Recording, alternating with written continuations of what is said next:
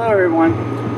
This is Jimbo Shane of Lawrence Heritage State Park doing a tour to the Great Stone Dam. We normally call it the walk to the Great Stone Dam, but we're not walking today, it's virtual, so you're going to sit back and enjoy. I've worked here at the park for 22 years, and in that time I've enjoyed a great relationship with the Lawrence History Center, our historical society, which is holding its annual meeting today, September 19th, which will be the world premiere of this video. Behind me is the Visitor Center of Lawrence Heritage State Park. We've been here for a little over 35 years. It's a wonderful museum of the history of Lawrence, which also has a gallery and a meeting room. Unfortunately, we're closed right now due to the pandemic, and I can't say specifically when we'll reopen, hopefully sooner rather than later. And during our normal hours, we're open 7 days a week from 9 to 4, and admission is always free.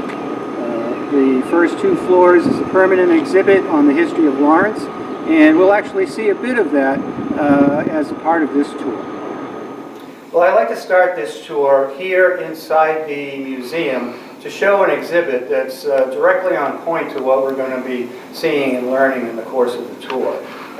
Here in this exhibit area in the first floor is a model of downtown Lawrence in the Mill District with a model mill building, boarding house back here, we got City Hall back there, and it's all connected by the carpet here. The carpet is a color-coded map of Lawrence. So of course the blue stands for water. Over here, the wide swath of blue being the Merrimack River, and the narrow strip running parallel to it is the North Canal.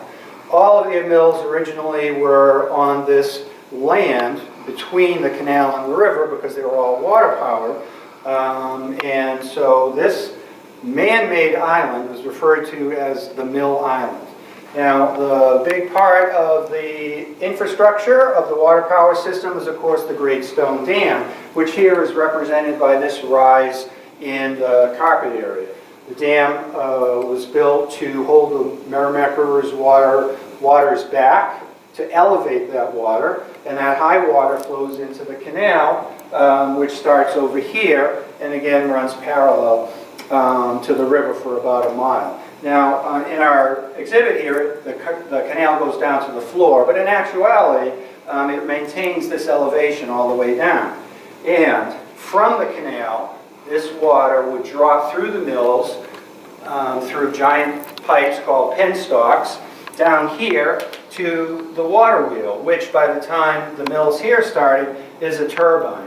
Now, the old-fashioned water wheel looks something like this. And of course the water fills what's called the buckets and makes the wheel spin around. That was the technology for many hundreds of years. But by the 1840s they developed the turbine, which works more efficiently. It's more like a propeller inside a tank, or as I like to show to the school kids, it's like a pinwheel. Okay? So blow on a pinwheel, it spins around. The turbine works much the same way. The water comes down, flows through the wheel, making it spin around. That motion is connected upward by shafts, gears, a giant drive wheel, off of which come leather belts that go up to the different levels of the mill. And at each floor there's a central shaft and belts coming off of that to side shafts, and then finally belts leading down to the machines. So in the beginning, all the thousands of machines in the mills in Lawrence got their power from the falling water, redirected from the Merrimack River by the dam and the canal system, and then the motion and power connected upward by a series of shafts, belts, and wheels. After the water has generated the power down here at the turbine, it simply flows out the bottom back into the river on its way to the ocean. This was the main power source for the first 30 or 40 years in Lawrence. By that time they had maxed out the water power, and so any growth in the mills after that had to be powered by steam engines. And fortunately that technology had been improving all along, so steam engines were added to allow the mills to continue to grow, which is why there are smokestacks in the mill district. And that also, however, allowed mills to be built on the outside of the canal, not on the mill islands, because the new mills were powered entirely by steam power. So here we have a piece of the Great Stone Dam, which has been in use for 172 years without any major repairs, but there has been one change to the way that it operates, which was put into effect only 10 years ago. So for the first 162 years, it operated with something called a flashboard system. So on top of the top level of granite blocks on the dam, they erected flashboards, which was a 4 or 5 foot high series of boards, or later plywood sheets, that were held in place by heavy iron pins that were sunk into drilled out holes in the top of the dam. The reason for this was twofold. Number one, it raised the level of water behind the dam, creating a larger mill pond and therefore more potential water for power. But it was also a safety valve, because when the water got too high, often during spring runoff, and there was a danger of flooding, the pins would bend back, allowing water to flow over the dam to relieve the possibility of flooding. Now, I have here a piece of one of the last flashboards. Of course, that's a small piece. They were full-size sheets of plywood. And here is one of the iron pins that was used to hold up the flashboards. And as you can see, it's bent. It was bent by the weight of the water. And this is no little thing, right? It's a very heavy iron bar. So it gives you an idea of the strength and force of the water operating on this thing. Now, after the waters had receded, the Essex Company, which owned the dam, had to send its employees out to replace the flashboards and the pins. Now, some of the pins were saved and straightened out in a little foundry next to the dam and then reused. But this was a very labor-intensive process in which workers on a flat-bottom boat went out along the lip of the dam, one by one, replacing the pins and the boards. So it was a very slow, labor-intensive, and inefficient process. They have since replaced the flashboards with something called inflatable crest gates. Now, these gates are about 20 feet long, iron sheets that are supported by huge inflatable rubber bladders that are filled with compressed air. That holds the gate up. And when they want to lower the gates in order to allow high water to flow over the dam, they simply, with the press of a button, are able to deflate some or all of the bladders, letting the gates come down and water flow over the dam. So it's obviously much more efficient and time-consuming, both in terms of labor and in terms of maximizing the available water power at the dam. And now we're standing in front of the North Canal. When Lawrence was being built in the late 1840s, the Essex Company, the folks who developed Lawrence, built the dam and this canal, the North Canal, simultaneously. It's a little over a mile long. It's 100 feet wide at the beginning, half a mile to my left, and a little narrower where it ends, half a mile down to my right, to the east. It was designed to bring water from above the dam to the mills to generate power. It would drop through the openings called penstocks into the mill to turn the wheel and generate the power for all the machinery there. The canal construction cost $250,000, as did the dam, which tells us that the founders of Lawrence had to be some pretty rich people to make this investment before any profits could be made. And indeed, they were some of the richest people in Massachusetts, led by Abbott Lawrence.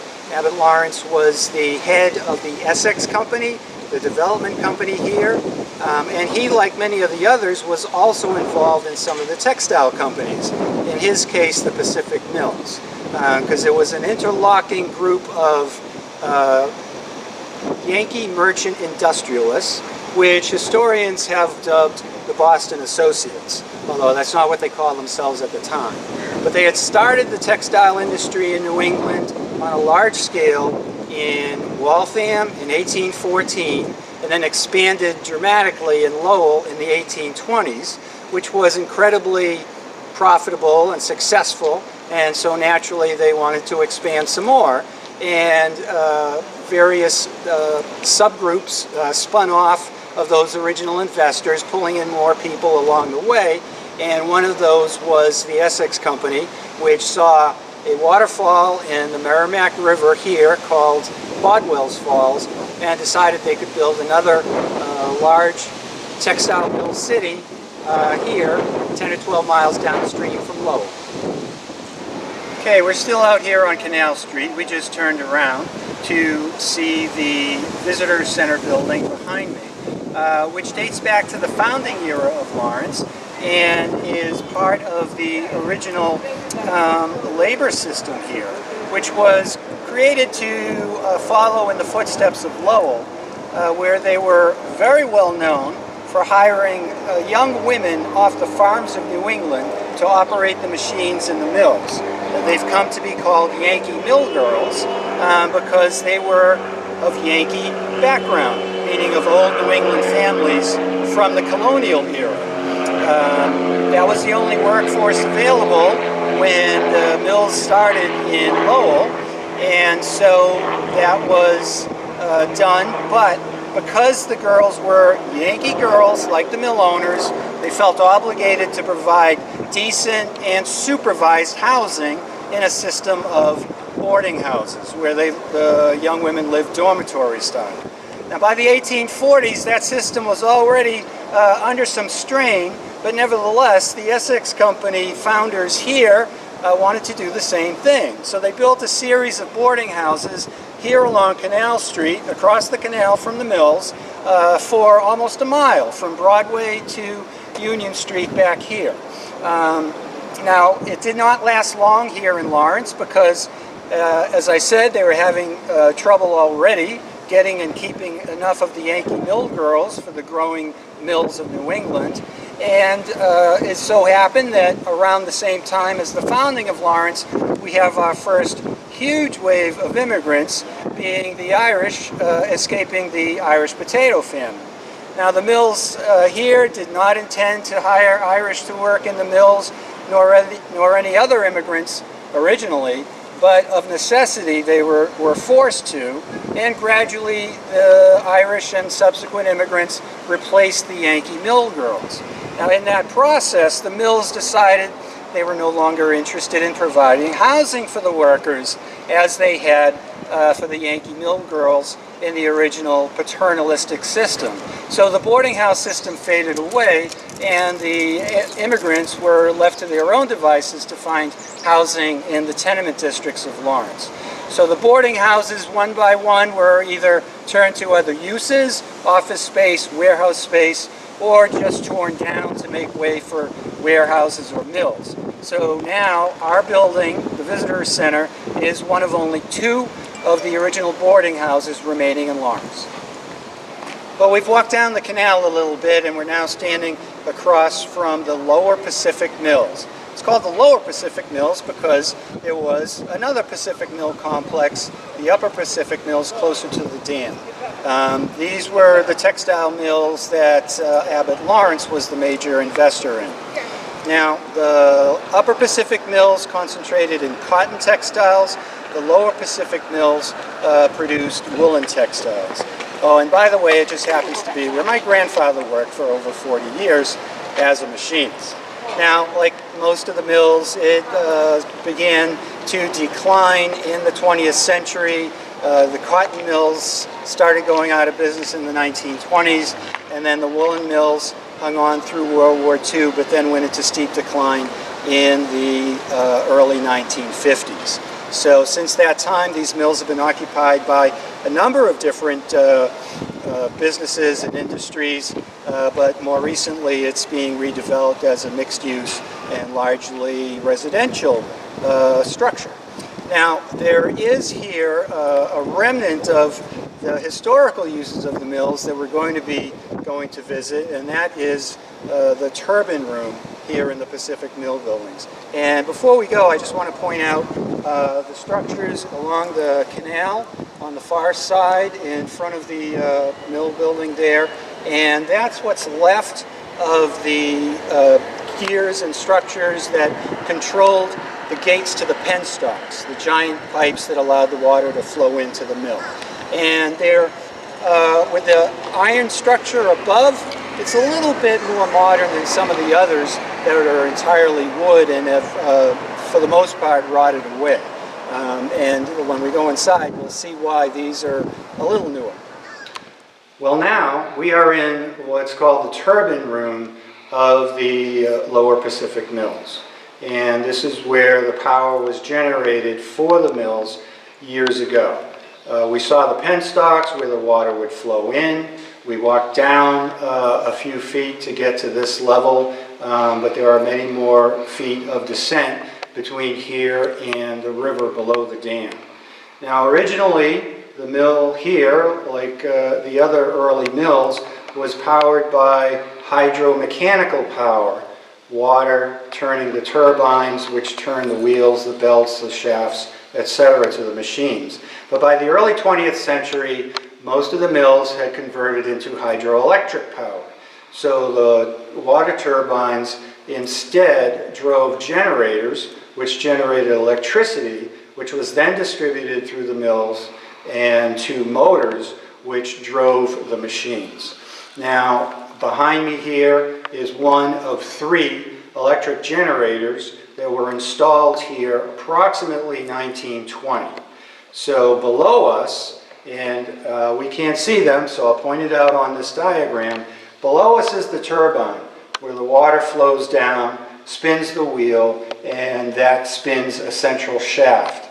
The shaft comes up to the middle of the generator, which is this thing behind me here, and in the generator there is effectively a wheel around the perimeter inside with magnets on it, giant magnets. The power from the turbine makes the wheel spin around inside the generator.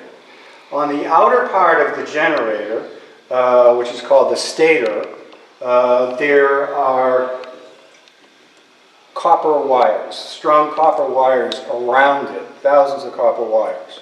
The magnets in the rotor that are spinning around pull on the electrons in the copper wires. And because in copper the electrons are fairly loose, the electrons begin to move through the copper wires. And that is electricity. So that's how the generator generates electricity. That is distributed through the mill.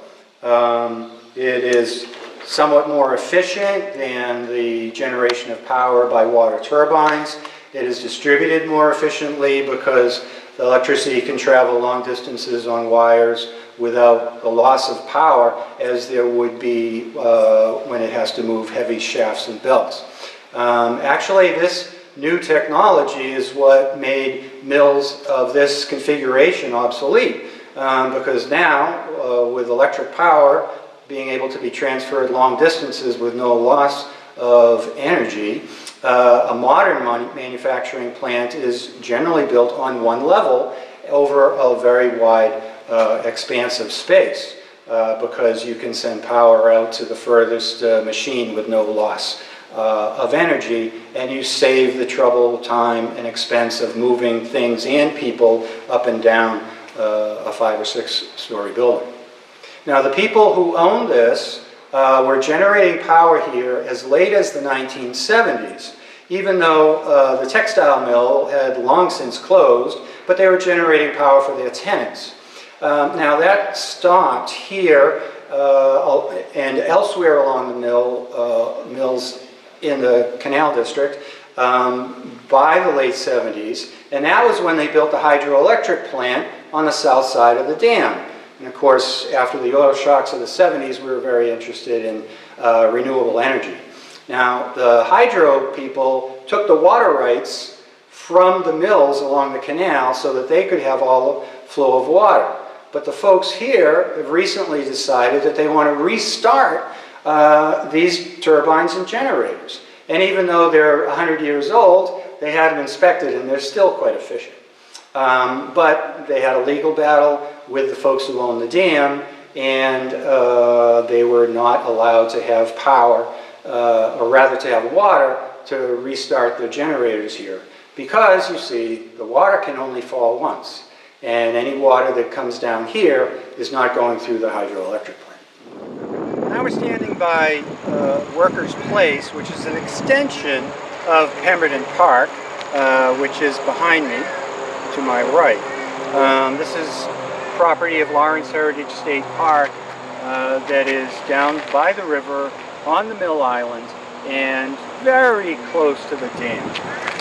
But down here, I just want to point out the boat ramp behind me, which is actually intended only for emergency rescue use. It's deemed to be too close to the dam for public recreational use. But that doesn't stop a lot of people who want to get out on the river here, particularly the fishermen who come here in the spring when the stripers are migrating up the river, chasing other migratory fish, all of whom are stopped by the Great Stone Dam, which thereby creates a smorgasbord in the waters below the dam here, first for the stripers and then for the striper fishermen. Now, this area has flooded a couple of times. In my 20 years here, we've had 2 major floods of this area, and one time I do recall that the water level was up to about halfway up that sign that's behind me there. And at that point, the sign said, "Beware, water rises rapidly." But the rapidly was submerged under the water. Well, now we're standing right in front of the Great Stone Dam. We are below the Broadway Bridge above us and facing the downstream face of the dam, which is almost vertical. The dam is 900 feet long, averages 32 feet high, and is much wider at the base. Built right here, 1945 to 1948, and that stone was laid on September 19, 1945, exactly 175 years ago, to today's video debut on September 19, 2020.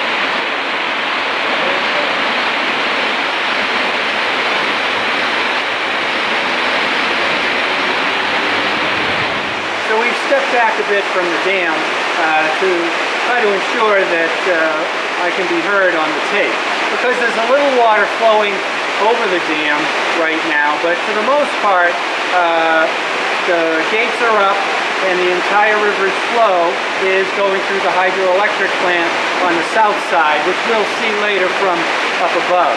While here, I want to point out the inflatable bladders supporting the crest gates.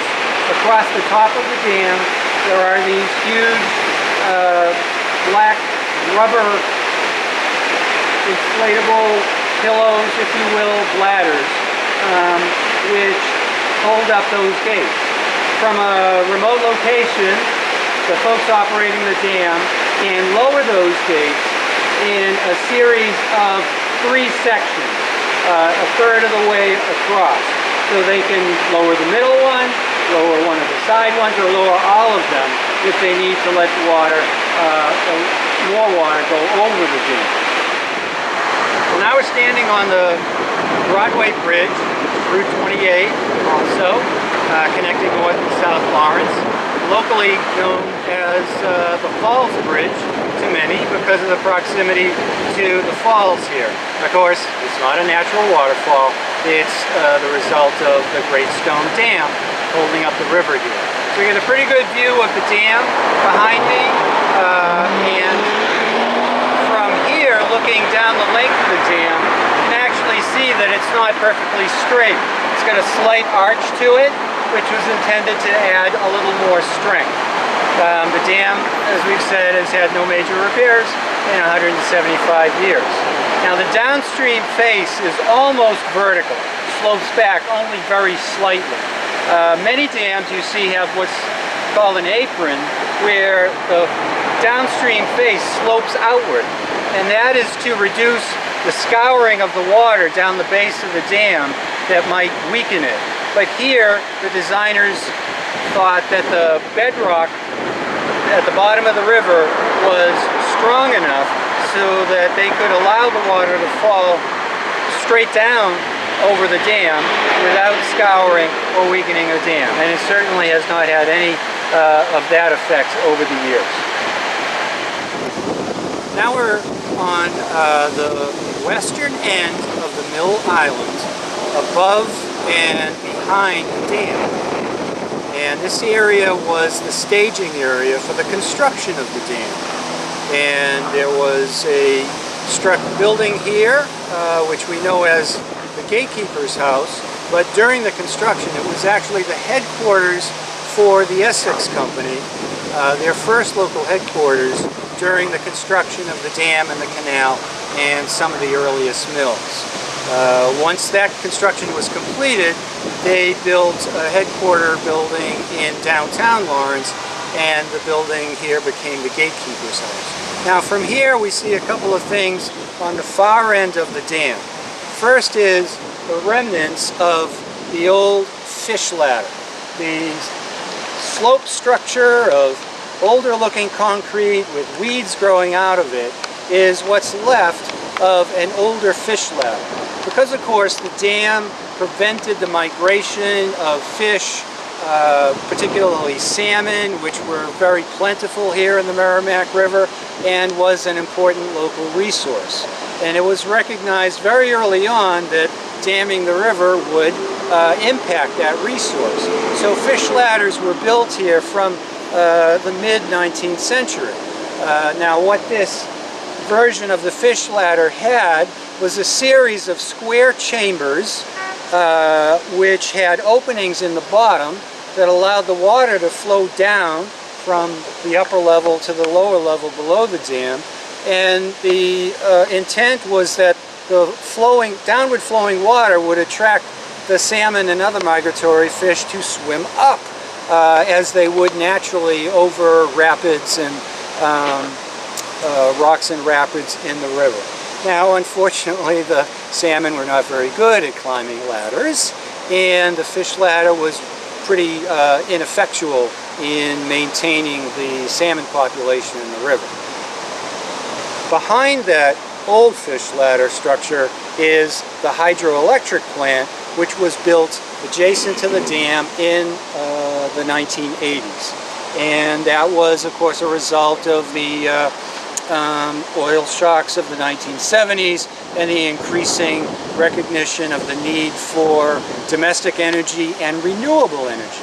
And since the dam was no longer being used to provide water power to the mills, it was seen as an opportunity to build a modern hydroelectric plant, that large gray concrete structure across the way.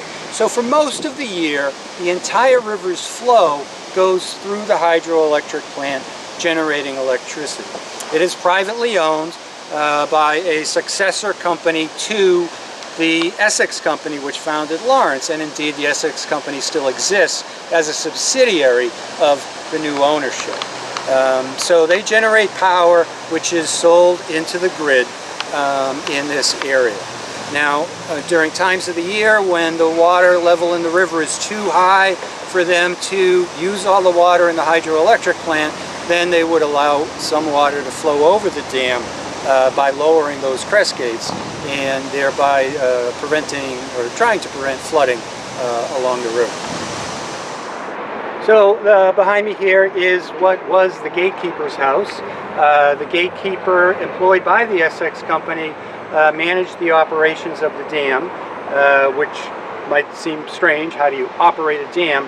But of course there were the repairs to the flashboards and other things that needed to be done, but also the operation of the gatehouse, which is on the other side of the gatekeeper's house, and we'll be going there as our next stop. Just quickly also want to point out the carriage house behind the gatekeeper's house, which has a small exhibit about the water power and other aspects of the dam and the Merrimack River. That is something that the original hydro company was required to build to get its license from the Federal Energy Regulatory Commission. And finally, behind me is the gatehouse for the North Canal. The water power system had controls all throughout where the water could be raised or lowered or stopped entirely. So in this structure, there are 6 huge wooden gates that are raised or lowered to control the flow of water into the mills. And when they were operating, they would generally drain the canals out every Sunday in order to do repairs and cleaning in the canal system and of the penstocks. So that meant lowering the gates here to stop the flow of water into the canal and letting it drain out. Nowadays it is drained very rarely, but occasionally for various repairs and maintenance issues, either with the canal or some of the bridges that cross the canal.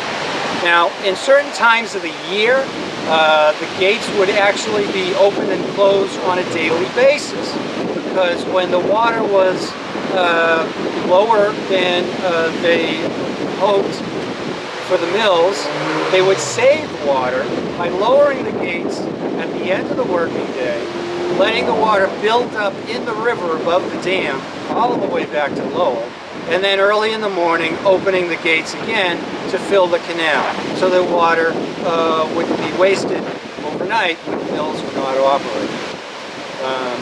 Nowadays, the gates here are like the inflatable crest gates, controlled remotely, operating an electric motor inside that raises and lowers the gates. Well, we're back at Lawrence Heritage State Park Visitor Center and the conclusion of our tour to the Great Stone Dam. I want to thank everybody for coming along, and thank you for supporting our historical institutions here, Lawrence Heritage State Park, and our good friends and partners at the Lawrence History Center celebrating their annual meeting today. Thanks for joining us. Hope to see you next time.